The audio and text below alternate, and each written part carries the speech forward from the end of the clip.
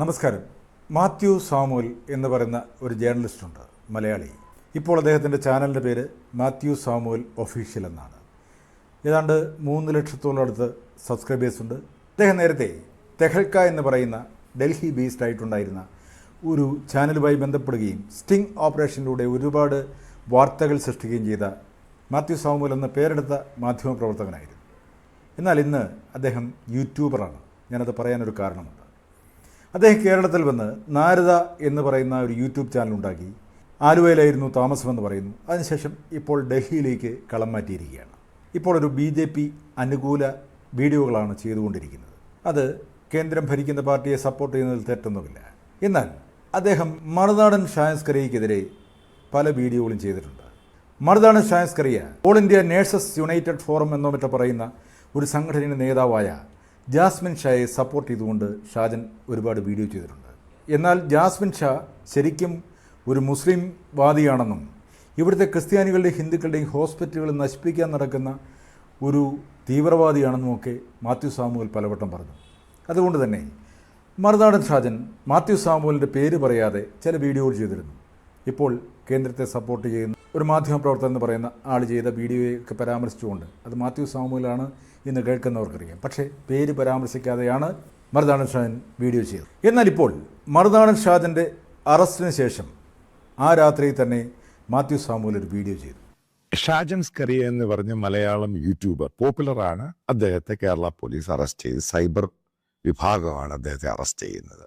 അപ്പം അതുമായി ബന്ധപ്പെട്ട് പല രീതിയിലുള്ള അഭിപ്രായങ്ങളും പലതുമൊക്കെ സോഷ്യൽ മീഡിയയിൽ ഇങ്ങനെ വന്നുകൊണ്ടിരിക്കുക. കേരളത്തിലെ മീഡിയ അത് വലിയ ഫ്ലാഷായിട്ടാണ് അത് കൊടുത്തുകൊണ്ടിരിക്കുന്നത്. നമുക്കൊരു റിയാലിറ്റി ചെക്ക് വേണം. ആരാണ് ഈ ഷാജൻ സ്കറിയ? പിണറായി വിജയനെതിരെ നിരന്തരമായി വാർത്ത കൊടുക്കുന്നു, അനാലിസിസ് ചെയ്യുന്നു, അങ്ങനെയുള്ള സംഭവങ്ങൾ പറയുന്നു, കേരളത്തെ അൺഫോൾഡ് ചെയ്ത് തുറന്നു കാണിക്കുന്നു. ഇതൊക്കെ ഒരു അദ്ദേഹം ചെയ്യുന്ന വാർത്തകൾ ഇതൊക്കെ തന്നെയാണ്. അദ്ദേഹം എന്നെ പറ്റിയും വാർത്ത ചെയ്തു. അതൊക്കെ ഞാൻ പൂർണ്ണമായ രീതിയിൽ അത് ഇഗ്നോർ ചെയ്യുന്നു. എന്തൊക്കെ എന്നെ പറ്റി പറഞ്ഞു, എൻ്റെ ജേർണലിസം ക്രെഡൻഷ്യൽ അതിനെ പറ്റിയൊക്കെ ഇദ്ദേഹം പറയുന്നു. ഇതുമായി ബന്ധപ്പെട്ട് ഷാജൻ സ്കറിയ അദ്ദേഹത്തിൻ്റെ ബ്രിട്ടീഷ് മലയാളി, മറുനാടൻ മലയാളി. ഒരു ചരിത്രം ഞാൻ പറയാം. അത്ലറ്റും ഈ പറയുന്ന സംഭവമൊക്കെ ബന്ധപ്പെട്ട് അതിൻ്റെ കോഴ്സിനായിട്ട് ലണ്ടനിൽ പോകുന്നു. അതിൻ്റെ ഭാഗമായിട്ട് ദീപികയിലെ സബ് എഡിറ്ററായി ഷാജൻ അവിടെ പോകുന്നു. അവിടെ ചെന്ന് ഒരു വെബ്സൈറ്റ് സ്റ്റാർട്ട് ചെയ്യുന്ന ആദ്യം അവിടെയുള്ള മലയാളികൾക്ക് അനുകൂലമായിരുന്നു. ആരോ പറഞ്ഞു കൊടുത്ത് അവർക്കെതിരെ പറഞ്ഞു കഴിഞ്ഞാൽ കൂടുതൽ പണം കിട്ടും. അങ്ങനെ സ്റ്റാർട്ട് ചെയ്തു. അത് പണം മുടക്കിയവരെല്ലാവരുമായിട്ട് ബഹളം ഉണ്ടാക്കുന്നു, കേസാകുന്നു, പല പ്രശ്നമുണ്ടാകുന്നു. അവിടെ ബ്രിട്ടീഷ് സർക്കാരുമായി ബന്ധപ്പെട്ട കോടതികളിൽ കേസുണ്ടാകുന്നു. 1 കോടി രൂപ അവിടെ പണം അടച്ച ശേഷമാണ് ഷാജൻ സ്കറിയ ആ കേസിൽ നിന്ന് വരുന്നത്. അതായത് ഒരു ജേർണലിസ്റ്റിൻ്റെ ഏറ്റവും വലിയ സെറ്റ് ബാക്ക് എന്ന് പറയുന്നത് കേസ് തെളിഞ്ഞ് കുറ്റവാളിയാണെന്ന് തെളിഞ്ഞയാളാണ് ഷാജൻ. അദ്ദേഹം പറയുന്നത് ഇതൊരു ഡ്രാമയാണ്. പോലീസുകാർ പറഞ്ഞു ഷാജൻ സ്കറിയയോട് ഷർട്ടിട്ട് വരാൻ പറഞ്ഞു. ഷാജൻ സ്കറിയ ഷർട്ടിട്ടില്ല എന്ന് വാശി പിടിച്ചു എന്നാണ് മാത്യു സാമുവൽ പറയുന്നത്. മിസ്റ്റർ മാത്യു സാമുവൽ സാറേ, താങ്കൾക്ക് എവിടെ നിന്നാണ് വിവരം കിട്ടിയത്? താങ്കൾക്ക് പോലീസുകാർ തന്നെ പറഞ്ഞു കിട്ടിയ അറിവാണെന്ന് താങ്കൾ വീഡിയോയിൽ പറയുന്നുണ്ട്. സാറേ, താങ്കൾ ഷർട്ട് ഇടണ്ട, ഞങ്ങൾ ഷർട്ട് മേടിച്ചു തരാം എന്ന് പറഞ്ഞു കൊണ്ടുപോയി എന്ന് ഷാജൻ പറയുന്നു. ഒരു പോലീസുകാരും അതിന് മറുപടി പറഞ്ഞിട്ടില്ല. അത് ശരിയല്ല, ഞങ്ങൾ ഷർട്ട് ഇടാൻ അനുവദിച്ചിരുന്നു, പക്ഷേ അദ്ദേഹം ഇടാത്തതാണെന്ന് പറഞ്ഞിട്ടില്ല. പിന്നെ നിങ്ങൾക്ക് ആരാണ് ഈ രഹസ്യമായി വിവരം പറഞ്ഞത്? ഒരു ഡ്രാമ സൃഷ്ടിക്കാൻ വേണ്ടി ഷാജൻ സ്കറിയ അർദ്ധനഗ്നനായി പോലീസ് ജീപ്പിലേക്ക് കയറി എന്നാണ് താങ്കൾ പറയുന്നത്. തലയ്ക്ക് വെളിവുള്ള ആരെങ്കിലും അത് ചെയ്യുമോ?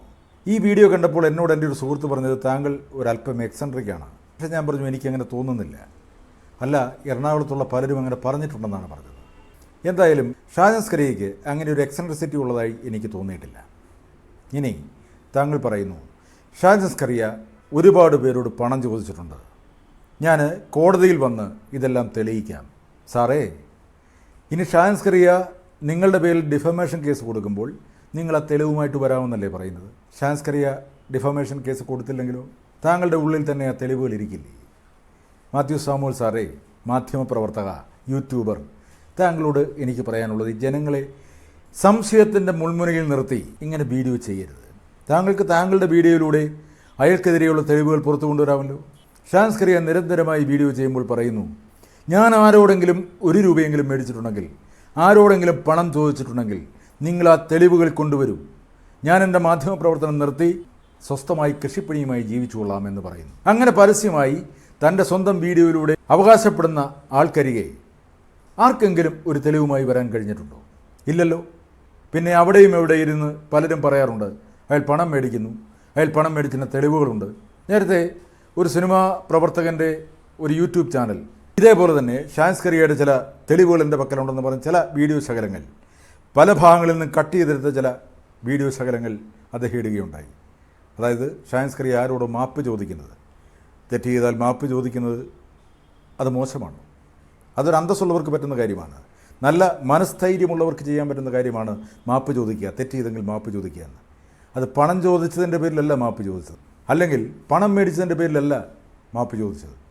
UK യിലുണ്ടായ എന്തോ ഒരു തെറ്റിദ്ധാരണയുടെ പേരിലാണ്. അതിൻ്റെ ഒരു വീഡിയോ ശകലമെടുത്ത്, അതിൻ്റെ ഒരു സംഭാഷണ ശകലമെടുത്ത് അങ്ങനെ വീഡിയോ ചെയ്യാൻ ആർക്കും പറ്റും. താങ്കളുടെ കയ്യിൽ തെളിവുകളുണ്ടെന്ന് പറഞ്ഞു, താങ്കൾക്ക് അന്തസ്സുണ്ടെങ്കിൽ, നട്ടലുണ്ടെങ്കിൽ, ഉറപ്പുണ്ടെങ്കിൽ താങ്കളുടെ ചാനലിലൂടെ അത് വെളിപ്പെടുത്തുക. ഒരു മനുഷ്യനെ അപമാനിതനാക്കാൻ ഏറ്റവും നല്ല 2 വഴികളാണ്. ഒന്ന്, സ്ത്രീപീഡന പരാതി ഉന്നയിക്കുക, അതല്ലെങ്കിൽ അഴിമതി നടത്തി കൈക്കൂലി മേടിച്ചു എന്ന് പറയുക. ഒരു മനുഷ്യനെ അപമാനിക്കാൻ ഏറ്റവും നല്ല 2 മാർഗ്ഗമാണ്. താങ്കൾ അതിലൊന്നെടുത്ത് ഉപയോഗിച്ചിരിക്കുന്നു. താങ്കളെക്കുറിച്ച് ഇവിടെ ആരൊക്കെ പറയുന്നു? എറണാകുളത്ത് താങ്കൾ ഒരുപാട് പേരെ ചാനൽ തുടങ്ങാമെന്ന് പറഞ്ഞ് പറ്റിച്ചു എന്നൊക്കെ പറയുന്നു. ഞാനത് വിശ്വസിക്കുന്നില്ല. പിന്നെ ഇപ്പോൾ താങ്കളുടെ ചാനലിലൂടെ പണം ചോദിച്ചിട്ടുണ്ടല്ലോ. താങ്കളുടെ ഡിസ്ക്രിപ്ഷൻ എടുത്ത് നോക്കുമ്പോൾ അതിൽ താങ്കളുടെ കമ്പനി അക്കൗണ്ട്, താങ്കളുടെ പേഴ്സണൽ അക്കൗണ്ട്, ആ ഡീറ്റെയിൽസ് കൊടുത്തിരിക്കുന്നു. പണം അയക്കാൻ പറഞ്ഞിരിക്കുന്നു. അത് ഒരു തരത്തിലൊരു ഭിക്ഷാടനമല്ലേ മാത്യു സാമുവൽ സാർ? താങ്കൾക്ക് ചാനൽ തുടങ്ങണമെങ്കിൽ താങ്കൾ അതിനു വേണ്ടി ഫണ്ട് കണ്ടെത്തുക. അത് ജനങ്ങളിൽ നിന്നല്ല. താങ്കൾ ഇൻവെസ്റ്റർമാരെ തേടിപ്പിടിക്കുക, അവർക്ക് ലാഭം കൊടുക്കാമെന്ന് പറയുക. ഈ സാധാരണ ജനങ്ങളുടെ ഇന്ന് പണം മേടിച്ചിട്ട് താങ്കൾ അവർക്ക് തിരിച്ചു കൊടുക്കുമോ? ലാഭവീതം കൊടുക്കുമോ? ഇത് രോഗചികിത്സയ്ക്കായും വീടുണ്ടാക്കാനും വേണ്ടി ഒക്കെ ചിലർ ചാനലിലൂടെ വന്ന് പണം ചോദിക്കുന്ന പോലെ ആയിപ്പോയില്ലേ മാത്യു സാമുവൽ സാർ? താങ്കൾ മറ്റൊരാളെ കുറ്റം പറയുമ്പോൾ, മറ്റൊരാളുടെ നേരെ വിരൽ ചൂണ്ടുമ്പോൾ താങ്കൾ മനസ്സിലാക്കുക, നമ്മളാരും നീതിമാന്മാരല്ല. ഈ പറയുന്ന ഞാനും നീതിമാനല്ല. പക്ഷെ ഞാനിത് കണ്ടപ്പോൾ, താങ്കളൊരു വിമർശനം ഉന്നയിച്ചപ്പോൾ എനിക്കത് മറുപടി പറയാതിരിക്കാൻ കഴിയുന്നില്ല. ഒരു സുനിൽ പരമേശ്വരൻ DNA എന്ന് പറയുന്ന ഒരു ചാനലിൽ വളരെ മാന്യമായി താങ്കളോട് മറുപടി പറഞ്ഞിട്ടുണ്ട്. താങ്കൾ ഇപ്പോൾ അത് ചെയ്യാൻ പാടില്ലായിരുന്നു. ഈ മലയാളക്കരയിലെ എല്ലാവർക്കും അറിയാം, അല്ലെങ്കിൽ മലയാളം അറിയാവുന്ന എല്ലാവർക്കും അറിയാം, ഷാൻസ്കറിയ എന്ന് പറയുന്ന ചാനൽ ഉടമയെ അല്ലെങ്കിൽ മാധ്യമപ്രവർത്തകനെ വ്യക്തിവൈരാഗ്യത്തിൻ്റെ പേരിൽ അല്ലെങ്കിൽ ഭരണവർഗത്തെ നിരന്തരം വിമർശിക്കുന്നതിൻ്റെ പേരിലാണ് അറസ്റ്റ് ചെയ്യുന്നുള്ളത് എല്ലാവർക്കും അറിയാം. പക്ഷേ താങ്കൾ അത് സമ്മതിക്കുന്നില്ല. ഷാൻസ്കറിയ ഡ്രാമ കളിച്ചു, അയാൾക്ക് പേരുണ്ടാക്കാൻ വേണ്ടിയാണ്, അയാൾക്ക് പണം ഉണ്ടാക്കാൻ വേണ്ടിയാണ് ഇത് ചെയ്യുന്നതെന്ന് പറയുന്നു. താങ്കളുടെ കയ്യിൽ 5 തെളിവുകളുണ്ട് ഷാൻസ്കറിയയ്ക്കെതിരെ. അദ്ദേഹം പണം മേടിച്ചതിനുള്ള തെളിവുകളുണ്ടെന്നാണ് താങ്കൾ വീഡിയോയിലൂടെ പറഞ്ഞത്. സാമുവൽ സാർ, നിങ്ങൾ നിങ്ങളുടെ ചാനലിലൂടെ ആ തെളിവുകളൊന്ന് പുറത്തുവിടൂ. ഞാനും ചേർന്ന് ഷാൻസ്കറിയെ നമുക്ക് പൊളിച്ചെടുക്കാം. പക്ഷേ ഇങ്ങനെ വീരവാദം മുഴക്കി തെളിവുകൾ എൻ്റെ കയ്യിലുണ്ട് കേട്ടോ എന്ന് പറയുന്നത് ശുദ്ധ മര്യാദകേടാണ്. താങ്കളുടെ ചാനൽ കാണുന്ന, താങ്കളുടെ ആ വീഡിയോ തന്നെ ഏതാണ്ട് 1.5 ലക്ഷം പേരോളം കണ്ടു കഴിഞ്ഞു. അത്രയും പേരെ വഞ്ചിക്കുന്നതിന് തുല്യമാണ്. ഇനി താങ്കളുടെ കമൻറ്റ് ബോക്സും തുറന്നു നോക്കണം. 90% കമൻറ്റുകളും ഷാൻസ്കറിയെ അനുകൂലിച്ചാണ്. താങ്കളുടെ വീഡിയോ ഇനി കാണൽ നിർത്തി എന്ന് പറയുന്ന കുറച്ചാൾക്കാർ, താങ്കൾ സത്യസന്ധനല്ല എന്ന് പറയുന്ന മറ്റു കുറച്ചാൾക്കാർ, ഷാൻസ്കറിയെ സത്യങ്ങൾ തുറന്ന് പറയുന്ന ആൾ താങ്കൾക്ക് അസൂയാണ് എന്ന് പറയുന്ന കുറച്ച് പേർ. താങ്കൾ ആ കമൻറ്റ് ബോക്സ് ഒന്ന് നോക്കിയാൽ താങ്കൾക്ക് തന്നെ മനസ്സിലാകും താങ്കളെ എത്ര പേർ അംഗീകരിക്കുന്നുണ്ട്. താങ്കളൊരു മാധ്യമപ്രവർത്തനമല്ല എന്ന് ഞാൻ പറയുന്നില്ല. ഞാൻ നേരത്തെ യൂട്യൂബർ എന്ന് പറഞ്ഞത് താങ്കൾ ഷാൻസ്കറിയ ഒരു മാധ്യമപ്രവർത്തകനല്ല, ഒരു ജേർണലിസ്റ്റ് അല്ല, അയാളൊരു യൂട്യൂബറാണ് എന്ന് പറഞ്ഞതുകൊണ്ടാണ് ഞാൻ താങ്കളെ യൂട്യൂബർ എന്ന് വിളിച്ചത്. മാധ്യമപ്രവർത്തനം അത് പഠിച്ചതിന് ശേഷം LLB എടുത്തിട്ടുള്ള ആളാണ് ഷാൻസ്കറിയ. അയാൾ വിവരവും വിദ്യാഭ്യാസവും ഇല്ലാത്ത ആളല്ല. ഒരു വാർത്ത ചെയ്താൽ അതിലെന്തൊക്കെ നടപടികൾ എടുക്കാം കൃത്യമായി ബോധ്യപ്പെട്ടിട്ട് തന്നെയാണ് വാർത്തകൾ ചെയ്യുന്നത്. എന്നാൽ ഇപ്പോൾ ഒരു സ്ത്രീ കൊടുത്തിരിക്കുന്ന പരാതി, എനിക്കെതിരെ സൈബർ കേസ് വന്നിട്ടുണ്ട്, അവർ സമൻസ് അയച്ചു തരും, വിളിച്ചു പറയും, ഇന്ന ദിവസം ഹാജരാവണമെന്ന് പറയും. നമ്മളവിടെ ചെല്ലുന്നു, നമ്മുടെ സ്റ്റേറ്റ്മെൻറ്റ് എടുക്കും, അത് കോടതിയിലേക്ക് കൊടുക്കും. ഇത് അർദ്ധരാത്രി വന്ന് വൃദ്ധമാതാപിതാക്കളുടെ മുമ്പിൽ നിന്നും അറസ്റ്റ് ചെയ്തുകൊണ്ട് പോകേണ്ട ഒരു കേസാണോ? അപ്പോൾ ഒരു പരാതി കൊടുക്കുമ്പോൾ അങ്ങനെ അറസ്റ്റ് ചെയ്യാനുള്ള വകുപ്പുകൾ ഇടാം പോലീസിന്. അത് കൃത്യമായി ചെയ്തിരിക്കുന്നു എന്നല്ലേ മനസ്സിലാക്കേണ്ടത് സാമുവൽ സാർ? താങ്കൾക്ക് ഷാൻസ്കറിയയോട് വ്യക്തിവൈരാഗ്യം ഉണ്ടാവും. താങ്കൾക്കെതിരെ വീഡിയോ ചെയ്തതിൻ്റെ പേരിൽ താങ്കൾക്ക് ചിലപ്പോൾ ദേഷ്യമുണ്ടാവാം. എങ്കിൽ പോലും ഇതുപോലൊരു സംഭവം ഉണ്ടാകുമ്പോൾ ഇതിനെതിരെ വീഡിയോ ചെയ്യുന്നത് ഒരേ മേഖലയിൽ നിൽക്കുന്നവർ ചെയ്യുന്നത് ശരിയാണോ? ഞാനൊരു ജേർണലിസ്റ്റ് അല്ല കേട്ടോ. എൻ്റെ അഭിപ്രായങ്ങൾ തുറന്നു പറയാൻ വേണ്ടി ഞാനൊരു ചാനൽ ഉണ്ടാക്കി. ഞാനത് പറഞ്ഞുകൊണ്ടേയിരിക്കുന്നു. അത് ഇഷ്ടപ്പെടുന്നവർ കാണുന്നു, സബ്സ്ക്രൈബ് ചെയ്യുന്നു. താങ്കളുടെ ചാനലും അതുപോലെ തന്നെയാണ്. താങ്കളുടെ ഇത്രയും കാലത്തെ എക്സ്പീരിയൻസ് അത് ഷെയർ ചെയ്യുമ്പോൾ അത് പലർക്കും ഉപകാരപ്രദമാണ്. പഴയ ചില ഓർമ്മകൾ, ചില അറിവുകൾ മനുഷ്യർക്ക് പകർന്നു കിട്ടുന്നുണ്ട്.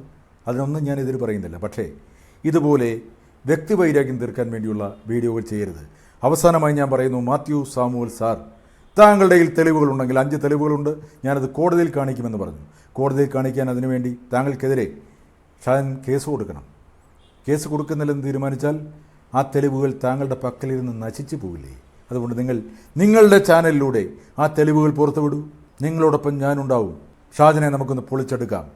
ഷാജൻ്റെ ഈ വ്യാജ സത്യസന്ധത എന്ന് പറയുന്നത് നമുക്ക് തീർത്തു കൊടുക്കാമെന്നേ. അതുവരെ ഞാനുൾപ്പെടെ ഷാജൻ സ്കറിയെ അനുകൂലിച്ചുകൊണ്ടേയിരിക്കും. അയാൾ ആത്മാർത്ഥതയുള്ളൊരു ജേർണലിസ്റ്റാണെന്ന് പറയും. യൂട്യൂബർ എന്ന് വിളിക്കുന്നത് അപമാനമൊന്നുമല്ല. പക്ഷേ അദ്ദേഹം ജേർണലിസ്റ്റാണ്. അദ്ദേഹം അതിനു മുമ്പ് ദീപിക ദിനപത്രത്തിൽ വർക്ക് ചെയ്തിട്ടുണ്ട്, ദേശാഭിമാനിയിൽ വർക്ക് ചെയ്തിട്ടുണ്ട്. ഒരു യൂട്യൂബിൽ വന്നൊരു ചാനൽ തുടങ്ങിയതിൻ്റെ പേരിൽ അയാൾ ജേർണലിസ്റ്റല്ല എന്ന് നിങ്ങൾ പറയുന്നുണ്ടെങ്കിൽ നിങ്ങൾക്ക് അസൂയ കൊണ്ടാണ്. ഈ സമൂഹത്തിലെ എത്രയോ അഴിമതിക്കഥകൾ കോട്ടിട്ട് മാന്യമായി വസ്ത്രം ധരിച്ച് മനുഷ്യരെ പറ്റിക്കുന്ന എത്രയോ കച്ചവടക്കാരെക്കുറിച്ച് അദ്ദേഹം വീഡിയോ ചെയ്തിരിക്കുന്നു. ഇതൊക്കെ മനുഷ്യന് ഉപകാരപ്രദമായിട്ടുണ്ട്. ഞാൻ കഴിഞ്ഞൊരു വീഡിയോയിൽ പറഞ്ഞിരുന്നു. പല സത്യങ്ങളും വിളിച്ചു പറയുന്ന ഒരാളെക്കുറിച്ച് നിങ്ങൾ ഒരു വീഡിയോ ചെയ്യുമ്പോൾ കാണുന്ന കുറച്ച് മനുഷ്യരെങ്കിലും ചിലപ്പോൾ അത് വിശ്വസിച്ച് പോയേക്കാം. ഒരു പൊതുമണ്ഡലത്തിൽ ഞാൻ പറഞ്ഞല്ലോ, ചിലർ അഴിച്ചുവിടുന്ന ചില വാർത്തകളുണ്ട്. ഷാജൻ സ്കറിയെ പണം മേടിക്കും. കേൾക്കുന്നവരും അത് വിശ്വസിച്ചേക്കാം. ഞാൻ കഴിഞ്ഞ വീഡിയോയിൽ പറഞ്ഞതുപോലെ എനിക്ക് അനുഭവമുണ്ട്. അയാൾ പണം മേടിക്കില്ല എന്നുള്ളത് കൃത്യമായി അറിവോടുകൂടിയാണ് ഞാൻ പറയുന്നത്. ഇനി താങ്കൾക്ക് തിരിച്ചറിവുണ്ടെങ്കിൽ താങ്കൾ തീർച്ചയായും താങ്കളുടെ ചാനലിലൂടെ അറിയിക്കണം എന്ന് ഞാൻ അഭ്യർത്ഥിക്കുകയാണ്. ഇനിയും വ്യക്തിവൈരാഗ്യം തീർക്കാൻ സ്വന്തം ചാനൽ ഉപയോഗിക്കരുതേ. അയാളുടെ നന്മയെ കാണുക. അയാൾ നിങ്ങൾക്കെതിരെ വീഡിയോ ചെയ്തിട്ടുണ്ടെങ്കിൽ ആ വിഷയത്തിൽ നിങ്ങൾക്ക് തിരിച്ച് വീഡിയോ ചെയ്യാം. അല്ലാതെ അയാൾ കള്ളനാണ്, അയാൾ കപട നാടകക്കാരനാണ്, അയാൾ പണം മേടിക്കുന്നവനാണ്, അയാൾ പണം മേടിച്ച് വ്യാജ വാർത്ത ചെയ്യുന്നവനാണ് എന്നൊക്കെ പറയുമ്പോൾ നിങ്ങൾ ഒരു മനുഷ്യനെ, പച്ചയായ ഒരു മനുഷ്യനെ പൊതുസമൂഹത്തിന് മുമ്പിൽ ചോദ്യം ചെയ്യാൻ വിട്ടുകൊടുക്കുകയാണ്. അത് ശരിയല്ല, നീതിക്ക് നിരക്കാത്ത ഒരു കാര്യമാണ്. മാത്യു സാമുവൽ സാർ, എന്നോട് ദേഷ്യമൊന്നും തോന്നണ്ട. വളരെ സത്യസന്ധമായി ഞാൻ പറയുന്നു, താങ്കളുടെ ഈ തെളിവുകളുണ്ടെങ്കിൽ പുറത്തു കൊണ്ടുവരിക. നമുക്കൊന്നിച്ച് ഷാജനെ നേരിടാം. അതല്ലെങ്കിൽ അതുവരെ ഞാൻ താങ്കൾക്ക് എതിരെയായിരിക്കും. ഇക്കാര്യത്തിൽ മാത്രം താങ്കളുടെ അറിവിന് മുമ്പിൽ, താങ്കളുടെ കർമ്മമേഖലയ്ക്ക് മുമ്പിൽ ഞാനിപ്പോഴും സല്യൂട്ട് ചെയ്യുന്നു. അദ്ദേഹത്തിൻ്റെ വീഡിയോയ്ക്ക് കിട്ടുന്ന റീച്ചിനെക്കുറിച്ച് താങ്കളുടെ വീഡിയോയിൽ പറയുന്നുണ്ട്. അതൊക്കെ ഒരു ഫ്രസ്ട്രേഷൻ ഉണ്ടാകുന്നതാണോ എന്ന് ഞാൻ സംശയിക്കുന്നു. അദ്ദേഹത്തിന് വ്യൂസ് കൂടുമ്പോൾ അദ്ദേഹം അത്രയും എഫേർട്ട് എടുക്കുന്നുണ്ട്. സത്യം കണ്ടെത്താൻ വേണ്ടി ഒരുപാട് അധ്വാനിക്കുന്നുണ്ട്. അതാദ്യം മനസ്സിലാക്കുക.